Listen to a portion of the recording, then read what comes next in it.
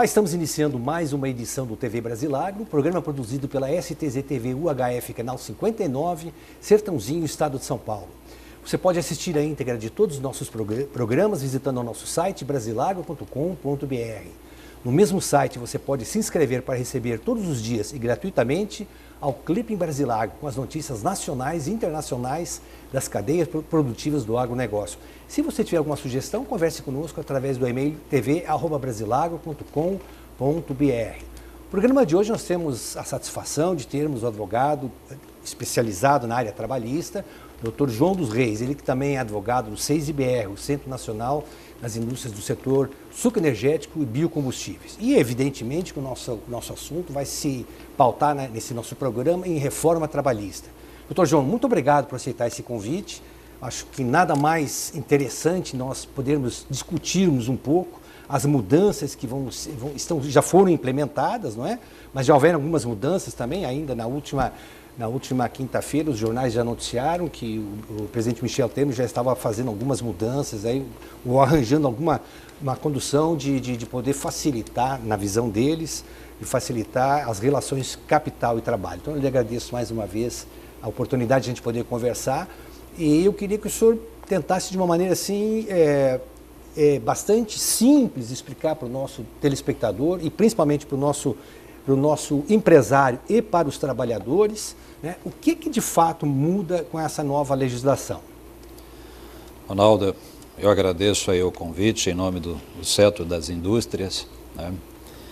E é muito importante essa nova legislação, essa reforma, em que pese os seus aspectos polêmicos, mas ela era necessária, né? Necessária por quê? Desde 1943, basicamente todas as reformas que foram executadas, ela sempre foi em prol, né, da classe trabalhadora. E isso gerou, ao longo do tempo, né, uma série de dificuldades para as empresas na própria gestão, né, da área de recursos humanos.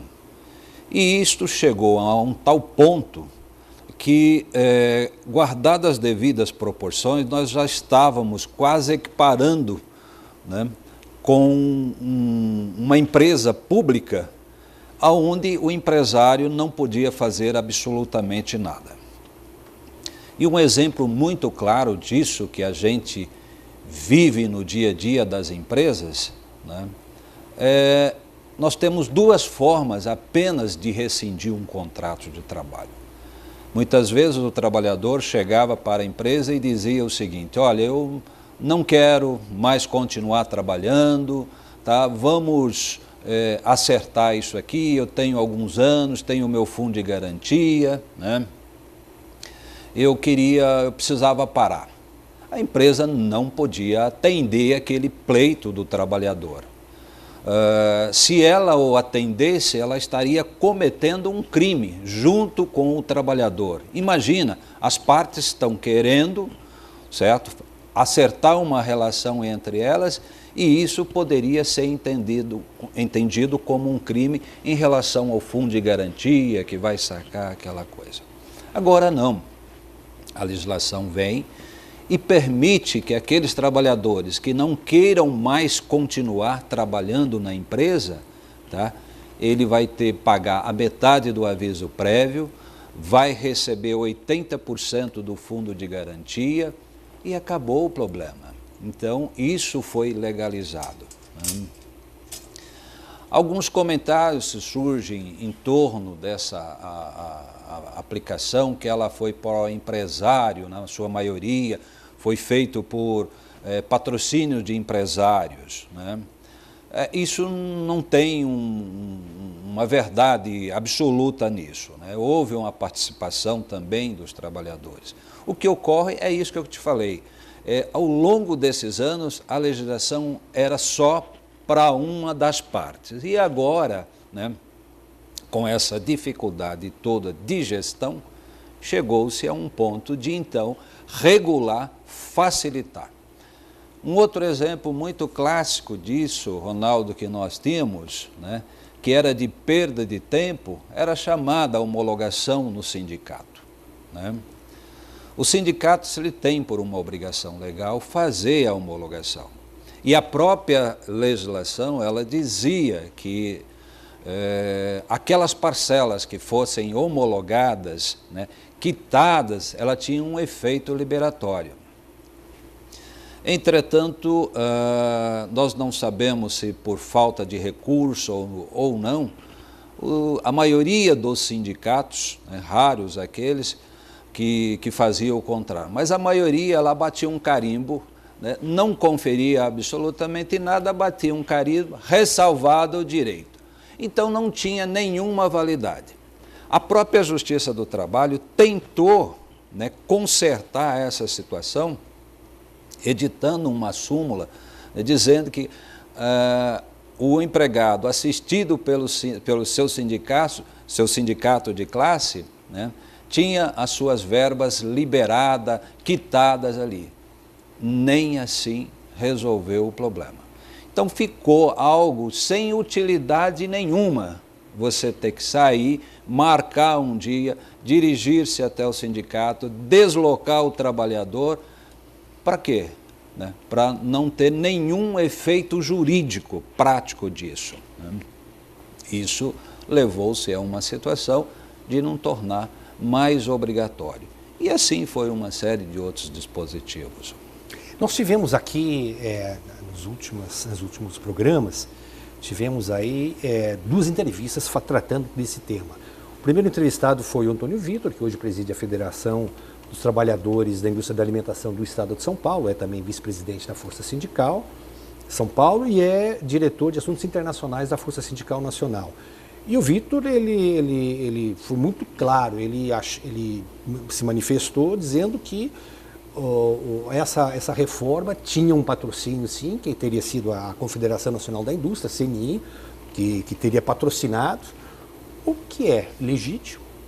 Quer dizer, se os trabalhadores talvez fossem um pouco mais bem organizados, poderiam ter também colocado, e são bem representados a nível de congresso e até de relacionamentos com o Ministério do Trabalho. Mas na sequência nós entrevistamos também o José Darciso Rui, que é o secretário executivo, o diretor executivo do GERAI, que é o grupo de recursos humanos aí da indústria sucroenergética e também da indústria de suco de laranja. E o Rui falou, não, eu acho, na minha opinião, o que a gente está vendo aqui é um avanço, e é um avanço necessário, porque nós estamos saindo de uma crise que foi criada aí por má gestão governamental, né, nos últimos presidentes da República, e a situação do desemprego é uma situação extremamente alarmante. Ao mesmo tempo, doutor João dos Reis, há uma queixa muito grande. Você deve entender bem melhor do que eu, porque você falar com qualquer empresário brasileiro, qualquer empresário, não importa o tamanho, se é pequeno, médio ou grande, há queixas em cima de justiça do trabalho, há queixas em cima de direitos do trabalho que são buscados na justiça do trabalho.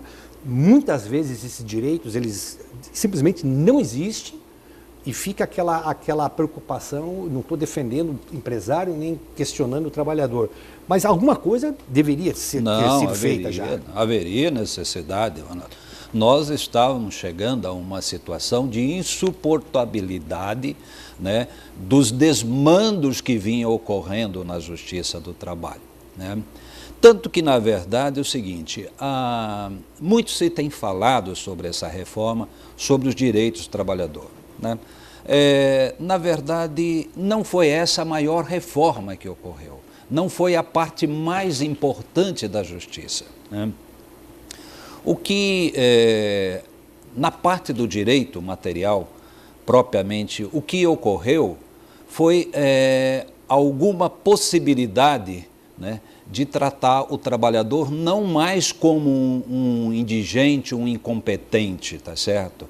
Então se abriu a oportunidade de um diálogo maior, aqui em Sertãozinho nós passamos por uma crise muito difícil, né?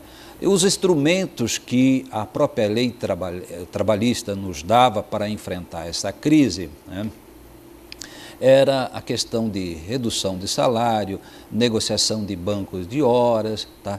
Mas tudo isso passava por um processo de negociação com o sindicato.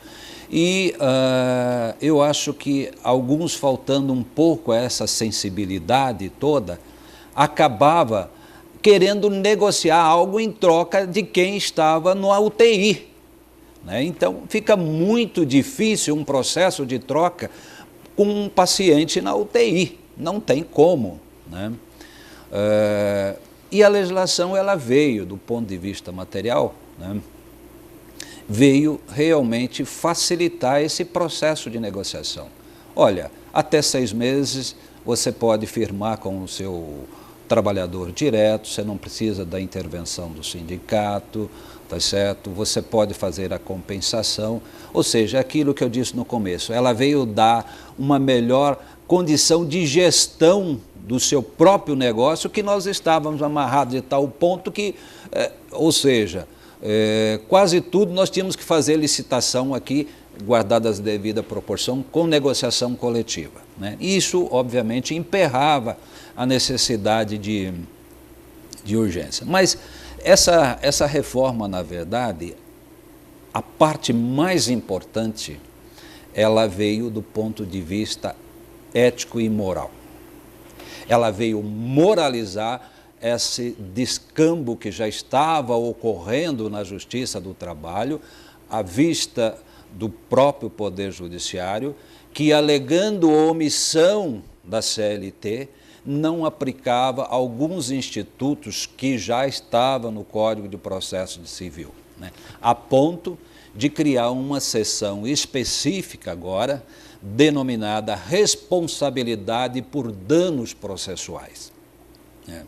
Então, agora, um reclamante, o advogado, tá, inclusive da empresa também, isso é bom que se diga, que não é só da parte do reclamante, vão ter muito mais cuidados no sentido de elaborar as suas defesas, elaborar as suas iniciais, tá? Por quê? Porque você imagina a seguinte situação que ocorria, né, e era com uma frequência, vamos dizer, até gritante, né? O empregado, né, um reclamante, ele acionava um advogado para propor uma reclamação trabalhista. Esse advogado acionava o Poder Judiciário, a Justiça do Trabalho.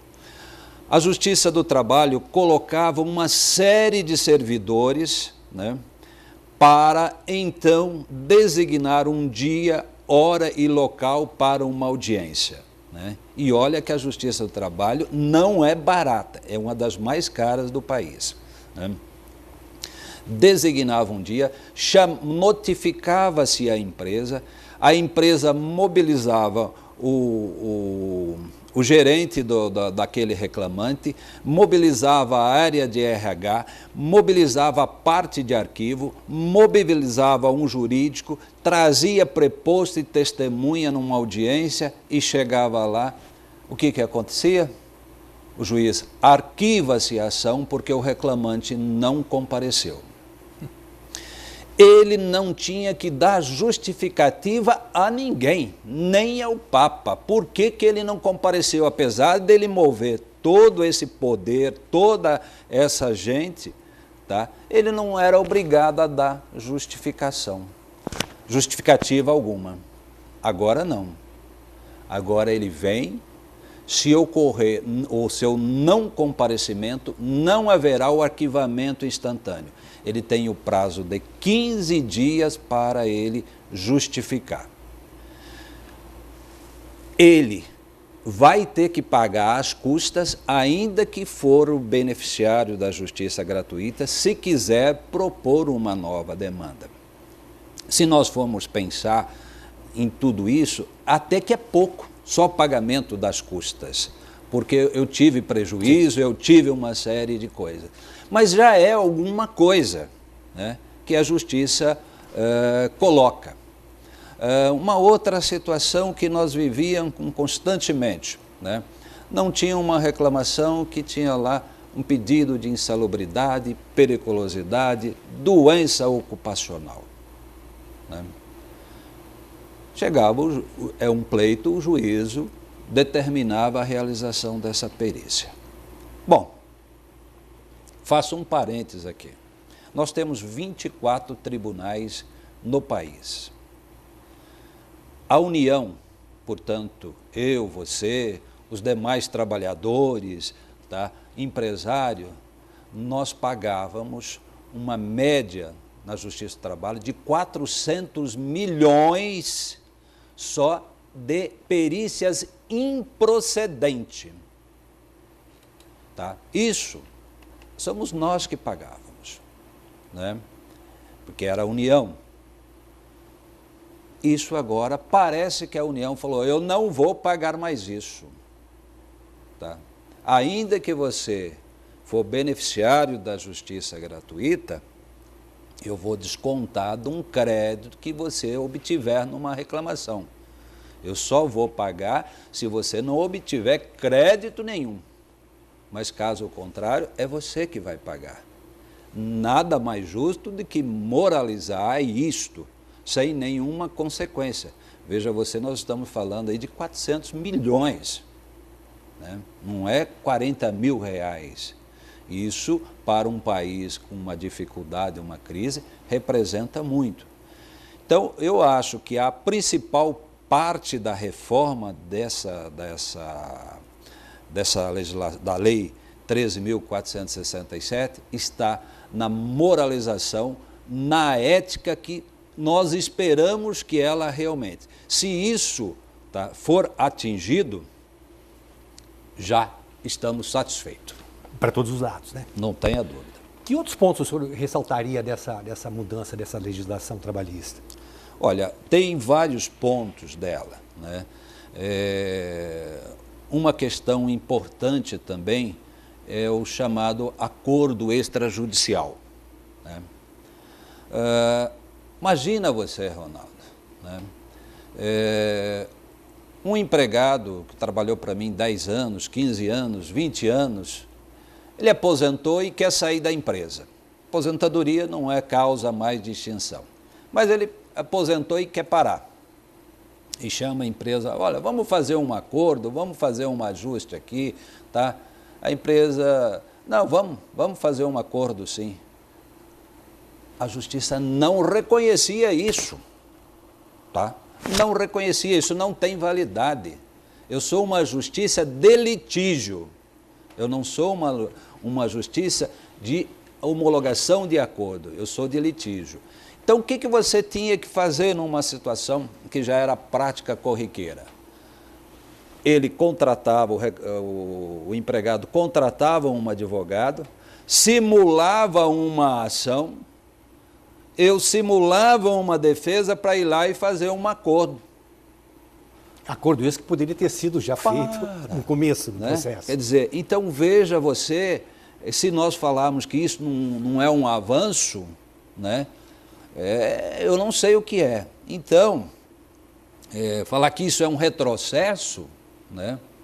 Essa agilidade que se tem. Então, agora o que é? Nessa questão do acordo.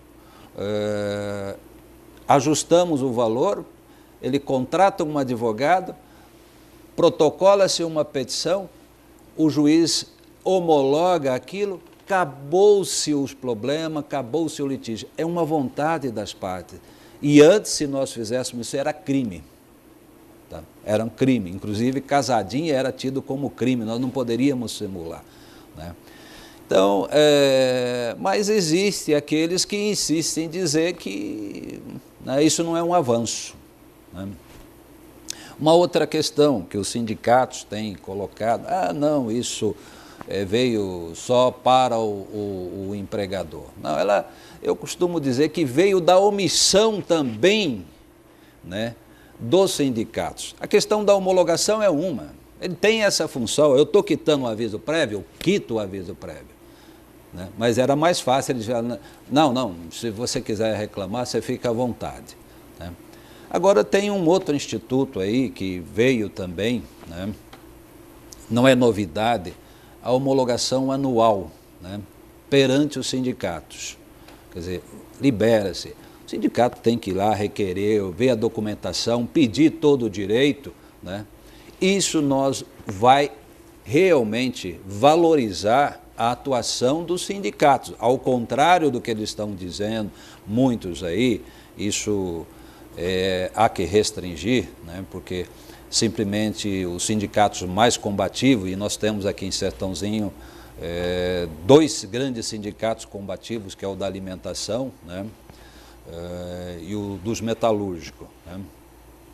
Esses sindicatos não terão nenhum problema com a questão da necessidade de autorização da contribuição sindical, né? Eles têm condição suficiente de sobreviver e ampliar e se tornar mais importante do que era. Tanto que aquilo que eles tanto almejavam e as empresas também queriam para melhorar, que era o legislado sobre o negociado, está na mão deles. Ninguém vai avançar se não tiver um acordo coletivo. Mas quantas vezes nós sabemos da nossa realidade, da especificidade de cada atividade, né? A necessidade de certas situações, né? Eu te dou um exemplo aqui, muito claro, Ronaldo, do que a lei veio regular agora, a questão da terceirização. Há mais de 8 anos atrás, né, o presidente do sindicato era o Hélio, né? A terceirização em Sertãozinho, ela sempre existiu e nunca foi problema, né? Nunca foi problema. Por quê? Aqueles empregados que trabalhavam nas empresas tinham o mesmo salário, né, dos funcionários, né? O imposto sindical era recolhido para o sindicato. Esses empregados eram representados pelo sindicato. Nós propusemos isso com o Hélio. Hélio, vamos fazer uma negociação nos moldes que a legislação está aqui hoje. Ele topou. Mas quando isso chegou na cúpula da força sindical, não vamos fazer isso. Não vamos fazer isso, né? Quer dizer, esperando uma lei que demorou 8 anos e que veio uma lei de terceirização, ficou 8 anos o empregado, né, sem ter direito a transporte, sem ter direito à alimentação, sem ter direito ao ambulatório. 8 anos esperaram para que a lei viesse agora e dissesse que o terceirizado tem esses direitos aí, né? Quer dizer, a questão é essa: vamos terceirizar a atividade fim, o grande medo deles ou não? Claro que não vai. As empresas que se prezam pela questão de uma questão de qualidade, né, do seu produto, nunca vai terceirizar. Existem algumas atividades que é até possível, mas aqui em Sertãozinho isso dificilmente ocorrerá. Pela sua experiência, doutor João, dá para se imaginar que vamos ter uma justiça do trabalho mais rápida, mais ágil, a partir de agora? Sem dúvida. Sem dúvida, Ronaldo. Por quê? Porque eu digo isso muito claramente. Porque agora as partes, como ele disse agora, nós temos lá um capítulo relativo à responsabilidade por dano processual. Então, aquela história de uma reclamação conter 50 pedidos vai acabar. Isso vai reduzir. Por quê? Porque cada pedido que foi improcedente, ele vai pagar honorários agora, né? Cada pedido desse, ele tem honorários, que foi implantado na justiça. Então, a empresa vai pagar honorários na parte que ela perder, e o empregado, na parte dos pedidos que for vencido, tá? que ele for vencido, ele vai pagar os honorários. Então, ele não vai mais se aventurar como se aventurava anteriormente. Então, a questão da litigância de má-fé, que esse instituto, que agora faz parte da lei trabalhista, né, vai realmente colocar nas partes um breque maior nas suas contestações. Então, eu vou ter que contestar aquilo que realmente é contestável e reconhecer o que é reconhecível, o que é direito do reclamante. Porque se eu chegar lá e reconhecer que o reclamante tem um reflexo de uma periculosidade, né, que eu não paguei esse reflexo, e eu afirmar que eu paguei, tá, eu estou alterando os fatos aqui, eu estou sujeito a uma pena de litigância de má-fé. E idem para o empregado. Isso o que vai acontecer? Tá? Vai diminuir e muito o trabalho dos magistrados, que antes tinha, né, centenas de pedidos para analisar numa só ação. Houve certo exagero nas semanas que antecederem ao anúncio oficial dessas mudanças. Inclusive, a mídia abria um espaço generoso. O ministro do Trabalho ele tinha uma leitura sobre esse processo de mudanças. O presidente do Superior Tribunal do Trabalho tinha uma visão muito própria dele, que continua defendendo. Os procuradores do trabalho já estavam pegando um outro viés, dizendo que, inclusive, essa mudança ela traria um problema sério aos tribunais, com o juiz não aceitando a mudança que poderia ser constitucional. Isso tudo foi arranjado juridicamente? Tem-se esse risco ainda de ter alguma divergência? Na verdade, o que acontece é o seguinte: o Poder Judiciário trabalhista, né, diga-se de passagem, é uma minoria. Né, mas essa minoria, né, que realmente usa a toga, deveria deixar a toga e fundar um partido político. Tá? Mais um, doutor João. Eu ouvi algumas palestras que nitidamente eu ouvi um candidato à presidência da República, tá, defendendo ali, enquanto que aqueles eram magistrados falando em nome da justiça. Então, a gente ouviu muito por aí, nós não vamos cumprir a lei. Besteira. O magistrado fez um juramento do seu dever de cumprir e fazer cumprir a lei. Se algum magistrado deixar de cumprir a lei, por isso ele está cometendo, no meu ponto de vista, uma insubordinação jurídica, que se fosse na iniciativa privada, era motivo de justa causa. Né? Então, na verdade, como disse para você, é uma minoria pequena, barulhenta, né, que teve o condão de espalhar, né, essa insegurança. Mas, nitidamente, com os magistrados, em especial de primeira instância, que a gente convive, serão respeitada a legislação. Não falamos que a lei é perfeita, não. Mas ela é um avanço.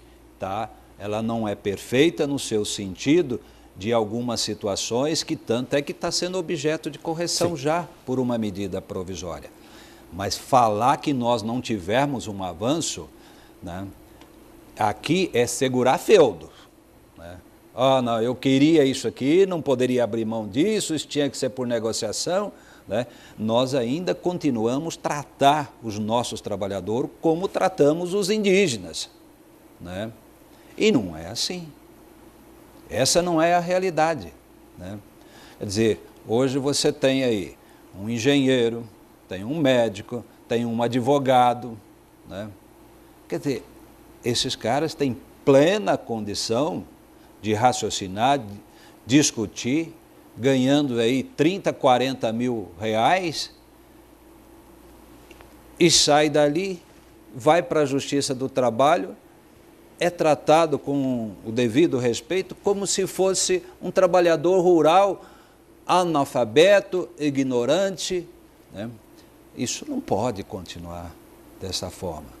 Então, isso realmente, eu vejo avanços muito importantes. Muito importante. Né? É claro que eu tenho um preceito, Ronaldo, que aprendi com meu avô, né, e aonde tem essa oportunidade eu digo isso, que a diferença entre o veneno e o remédio está na dose. Tá? E foi o que ocorreu com a Justiça do Trabalho. Ela excedeu na dose de protecionismo, houve uma reação à proporção desse abuso, vamos entre aspas, né? Com decisões fundamentadas num ativismo judicial, cuja legislação do país pouco interessava, né? Nós estamos fundando agora, você vê agora, não, normas internacionais, normas não sei do que, convenção da OIT, tudo isso faz parte do arcabouço jurídico, mas nós temos que se ater à realidade nossa, à realidade desse país, desse momento que nós temos, que vivemos, né? E não simplesmente querer aplicar, como se diz, uma legislação suíça num país subdesenvolvido. Não vai para lugar nenhum. Tá? Mas tem gente que, nessa situação, é melhor. Né? Doutor João, deixa eu aproveitar esse gancho seu aí, OIT, Organização Internacional do Trabalho, globalização, as nossas empresas, todas elas atuam no exterior, vendendo seus serviços, seus produtos, as commodities, né? Essa mudança, do jeito que ela está concebida hoje, ela se aproxima do que é o normal em outros países? Aí que está uma questão. Quando nós falamos de um país, nós só olhamos para dentro de nós. Nós não olhamos o que está em torno de nós, o que está em torno dos nossos concorrentes, né? Porque o mundo hoje, você compete com o mundo inteiro. E o que nós fizemos foi tentar alcançar um pouco esses nossos concorrentes, né? E ainda não chegamos, né? A legislação nossa deu um passo importante, né, no que diz respeito à gestão, né, desse serviço, né, da mão de obra, né, dessa administração, mas ainda temos muito a avançar. Eu te dou um exemplo, né, do que é uma relação construída. Em 1995, nós fomos fazer um estudo do sindicalismo europeu, né? Ficamos 30 dias, estávamos na Escócia, numa fábrica da Atlas, visitamos turbinas, e era um grupo de 20 empresas, 20 pessoas do Brasil, que cuidou de trazer alguns contratos novos no Fernando Henrique, que não foi implantado posteriormente, mas não naquela época. E nós surpreendemos, quando estávamos saindo da visita da fábrica da Atlas, né, no canto, né, de cada torno que se tinha, uma cantoneira com uma jarra grande. Nós achávamos que era suco, né? E um dos participantes, ao sair, né, falou: que suco que é esse? Aí a intérprete disse: não, isso é cerveja. Voltamos todo mundo correndo, né? Aqui, gente, ó, eles trabalham tomando cerveja. Veio o gerente, que seria o gerente de recursos humanos da Atlas, e disse com a maior naturalidade: mas qual que é o espanto? Eles pediram, o sindicato nos acionou, o sindicato assumiu a responsabilidade, porque é a vontade deles, se houver retrabalho, se houver perda, se houver acidente, a responsabilidade é deles, não é nossa. Então veja você que grau que está. E isso nós estamos aqui discutindo se eu posso fazer uma compensação dentro da semana, com acordo ou não sem acordo. Então, olha que nível, né? Então, esse trabalhador, ele trabalha, né, obviamente, com uma vontade muito maior, né, do que aqui. E é justamente pela valorização, né, do processo de negociação que eu espero agora que a gente inicie com os sindicatos, né, uma nova era de negociação. Doutor, deixa eu explorar um pouquinho aí essa relação que o senhor tem, com muita competência, com muito respeito na questão sindical. Eu tenho uma leitura minha, eu acompanho o Sertãozinho aí desde do início da década de 80, quando haviam greves aí, inclusive com o Zanini, havia um político conhecido, já falecido, que usava o velho recurso comunista de briga de classes, tentando resolver um problema nosso que não teria solução. É verdade que a gente também estava saindo da época da ditadura, uma época muito difícil. Mas esse nosso programa já tem 10 anos, estamos há 10 anos no ar, e eu tenho dado total espaço sempre, empresário, trabalhador, acho até que tenho sido mais generoso com os sindicalistas, com os trabalhadores. Porque Sertãozinho tem uma característica interessante, as lideranças dos trabalhadores nossas aqui na cidade, elas são muito próximas do bom senso, no sentido de ao invés de partir para o confronto, partir efetivamente para a negociação. Tenho visto nessa crise do setor, a pior crise que nós estamos vivendo, já há 10 anos, essa crise começou em 2007, eu tenho visto movimentos dos trabalhadores, das lideranças dos trabalhadores, que em outras épocas, certamente, isso não ia acontecer. Existe uma sensibilidade no sentido do trabalhador entender esta crise, saber que esta crise não é provocada pelo empresário, ela é uma crise que tem um contexto político e de representatividade do setor também. Mas me chama a atenção essa boa vontade por parte dos sindicatos, dos trabalhadores, de entender a situação e tentar facilitar tudo. Estou errado nessa minha análise? Não, está correto. Nem sempre foi assim, Ronaldo.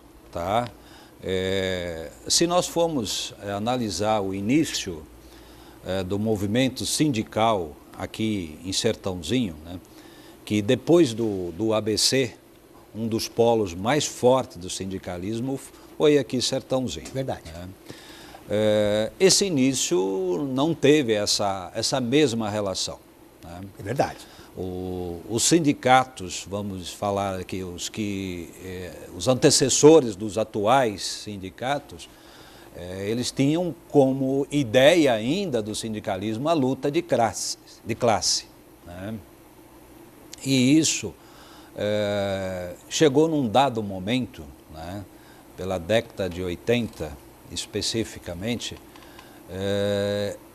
em que o próprio movimento sindical brasileiro, né, aqueles mais responsáveis, aqueles, vou dizer, mais patriotas, começaram a verificar que tinha uma interferência externa. Na verdade, não tinha como objetivo a proteção do trabalho aqui no Brasil, mas sim, muitas vezes, na sede da origem de uma multinacional. E esses sindicatos atuavam para garantir os empregos deles lá fora, lá fora, aqui. Verdade. Isso, sem história. Isso faz parte do nosso dia a dia no movimento sindical. E esse sindicalista, né, com uma visão diferente, né, dessa questão de luta de classe, optou-se então por trabalhar com uma nova, vamos dizer, ideologia voltado ao sindicato. E aí, é o que chamavam uma política de resultados, não é? Isso, exatamente. De confronto. Porque o que se verificou? Que dentro da luta de classe, o trabalhador estava numa cada vez pior, e o empresário cada vez pior também. Então, a questão realmente se pautou nesse sentido. E, com isso, houve a grande descoberta, né, do movimento sindical. Bom, se eu matar a galinha dos ovos de ouro, ela não bota mais. Né?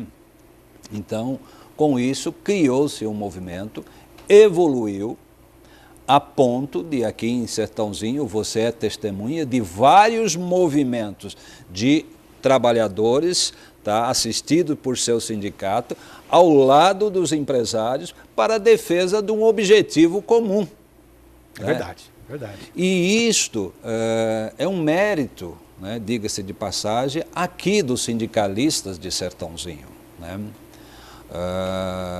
Eles abriram para essa visão, né, e desvincularam. Isso teve preço alto na época para eles realmente se desvincular dessa ideia ainda, né, do passado, da velha luta de classe, né? E agora, o que aconteceu com o movimento sindical? A partir de 88, né, com a outorga da nova Constituição, começou-se a abrir sindicato como se abre, vamos dizer aí... Lojinha. Tá Lojinha certo? de R$ 1,99. É. Verdade. Então nós chegamos a um ponto, né, de hoje temos registrado entre sindicatos de trabalhadores e sindicatos de empresários, né, quase 18 mil sindicatos, né? E esses sindicatos, você não vê aonde que eles estão, né? Não defende trabalhador, não defende, por consequência, a empresa, porque eu vou te dizer uma coisa, o bom sindicato de trabalhador é aquele também que defende a empresa. Já foi aquela época, porque hoje empresa e empregado, né, são parceiros no negócio. Um não vive sem o outro. Então, essa visão morreu. Né? Mas abriu-se um número excessivo de sindicatos, né? Então, isso fez com que esta representatividade desses trabalhadores fosse ficando, tendo abuso cada vez mais, e chegou-se a uma situação, por isso que eu digo, os sindicatos, né, com S maiúsculo, vão se fortalecer com essa reforma. Doutor João dos Reis, muito obrigado pela sua participação no nosso programa. Eu acho que a gente prestou um bom serviço aí para os nossos telespectadores, para entender um pouquinho melhor essas mudanças todas aí. E eu faço desde já um convite para que o senhor volte em outras oportunidades e a gente possa fazer novas avaliações sobre a modernização da nossa relação capital-trabalho. Ok, eu agradeço, fico à disposição. O objetivo é realmente descortinar esses véus, né, que muitas vezes a verdade, né, não está tão visível, né? E eu acho que o seu programa cumpre essa missão de ouvir os dois lados e deixar que cada um tire as suas conclusões. Perfeito. Muito obrigado. Eu que agradeço. Nós agradecemos a você também, telespectador amigo. Voltamos na próxima semana com novos entrevistados. Até lá, muito obrigado.